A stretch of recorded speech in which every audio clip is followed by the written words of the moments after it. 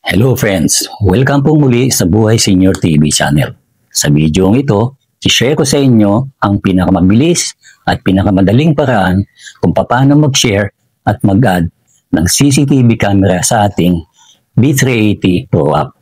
Sa mga B380 CCTV camera users dyan na hanggang ngayon hindi pa rin makakonect sa kanilang B380 Pro app, panoorin nyo ang video ito hanggang dulo, para wala naman kayong ma-miss na importanteng detalye sa gagawin natin ito. Kung ready na po kayo, umpisahan na natin to. Let's go!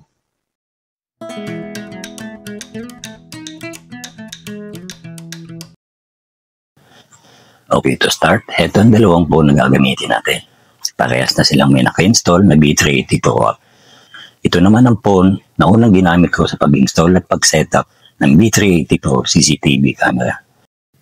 Isang single lens at dual lens camera na naka-install dito. At ito ang share natin dito sa isa pang phone, na kung mapapansin nyo ay wala pa kahit isang naka-install na CCTV camera. So umpisahan na natin. Kunin natin yung main phone at dito ay i-click natin ang bilog na may 3 dots sa gitna, dito sa bandang kanan. Then select share.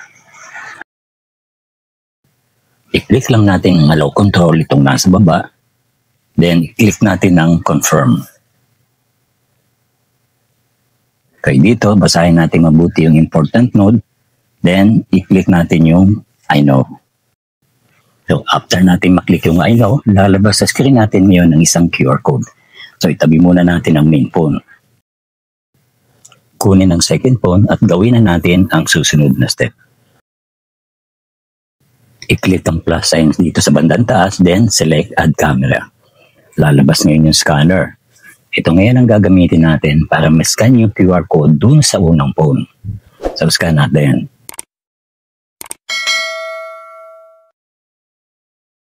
After ma-scan ang QR code, ay ito naman ang lalabas sa screen natin. Pili lang kayo dito kung saang spot nakalagay ang CCTV camera o kahit hindi na. Click natin ngayon yung view device. Sa tayan, na-share na natin sa pangalawang phone ang access sa ating B380 Pro CCTV camera. So, ganito lang po kadali, mag-share ng camera sa phone ng ating mga kasamahan sa bahay. Kung maaalala ninyo, ang pinili natin kanina ay allow control, di ba? Ang ibig sabihin nito ay pwedeng kontrolin ng pangalawang phone ang CCTV camera, katulad ng paggamit ng PTC kung saan pwedeng i-rotate ang camera, i-turn on ng lights, alarm at magagamit din nila ang ibang features ng B380 Pro CCTV camera. May nagtanong sa akin, paano daw ba kung ang phone ay nasa malayo or nasa abroad, pwede pa bang i-share? Para sa akin, mas maganda na ibigay na lang sa kanila yung B380 Pro app account name at password ng phone na nasa Pilipinas, kung saan naandun yung CCTV.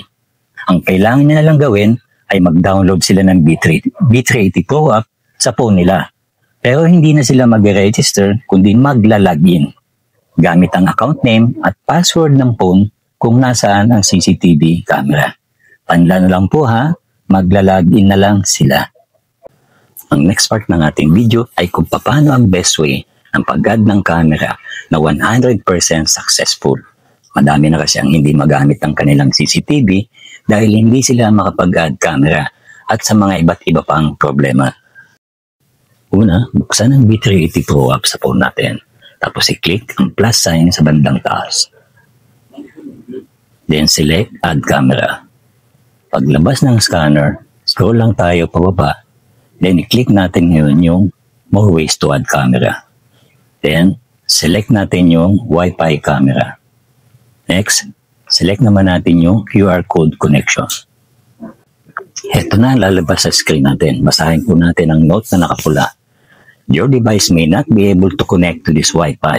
It is recommended that you switch to 2 4G Hz Wi-Fi network.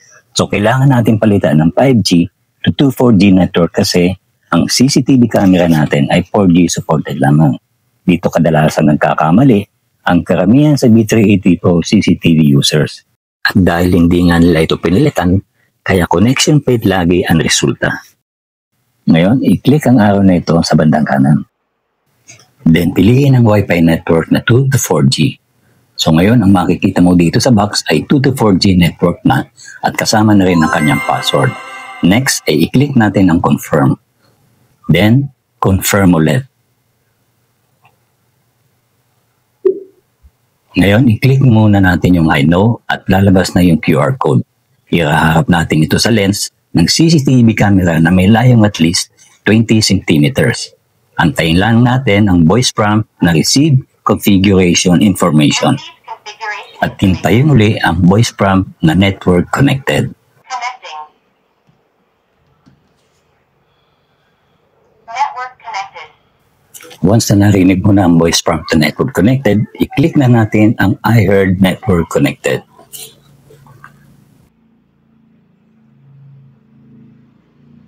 Sa parting ito, piliin lang kung saan lugar ilalagay ang CCTV o kung anong gusto mong ipangalan dito. At pagkatapos ay i-press na ang view device. So ayan, connected na ang CCTV device sa ating B380 Pro app. Marami pang paraan kung paano mag-add ng camera, tulad ng pag-scan ng QR code ng CCTV device, ang paggamit ng AP hotspot, at Bluetooth connection. Pero para sa akin, ito ang pinakamadali, lalo na yung part na kailangan palitan, yung Wi-Fi network from 5G to 2 4GHz Wi-Fi network. Importante ito para sure tayong makakakonect sa Wi-Fi natin at sa B380 Pro app. So sa mga B380 Pro CCTV users dyan na hanggang ngayon ay di makakonect, sundan nyo lang ang steps na ginawa natin sa video nito.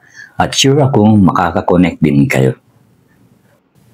At doon naman po sa mga nagtatanong kung anong gagawin pag ayaw gumana ng micro SD card na gamit nila, ayaw daw basahin, yung iba naman ay gumana nga, kaso wala namang nare-record.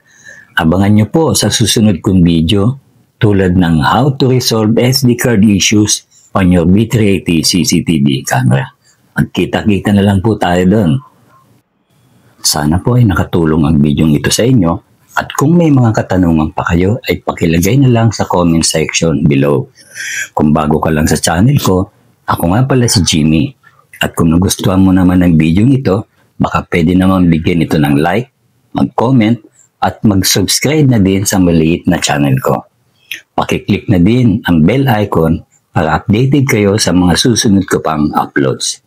See you in my next video. Thank you so much for watching.